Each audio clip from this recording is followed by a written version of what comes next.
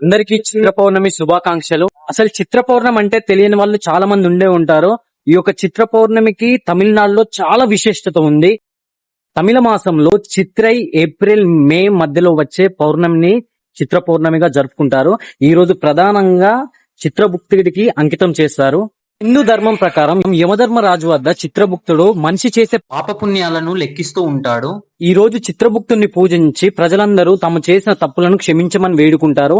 అలాగే భవిష్యత్తులో మంచి పనులు చేస్తామనేసి ఒక సంకల్పం చేసుకుంటారు. అరుణాచలంలో చిత్ర పౌర్ణమి అతిపెద్ద పండుగ. లక్షలాది మంది ప్రజలు గిరి ప్రదక్షిణ చేస్తూ ఉంటారు. ఎందుకంటే ఈ రోజు చంద్రుని యొక్క కిరణాల శక్తి అతి ఎక్కువగా ఉంటుంది. దాని వల్ల మానసిక ప్రశాంతత, పుణ్యం లభిస్తుంది అనేసి నమ్ముతారు.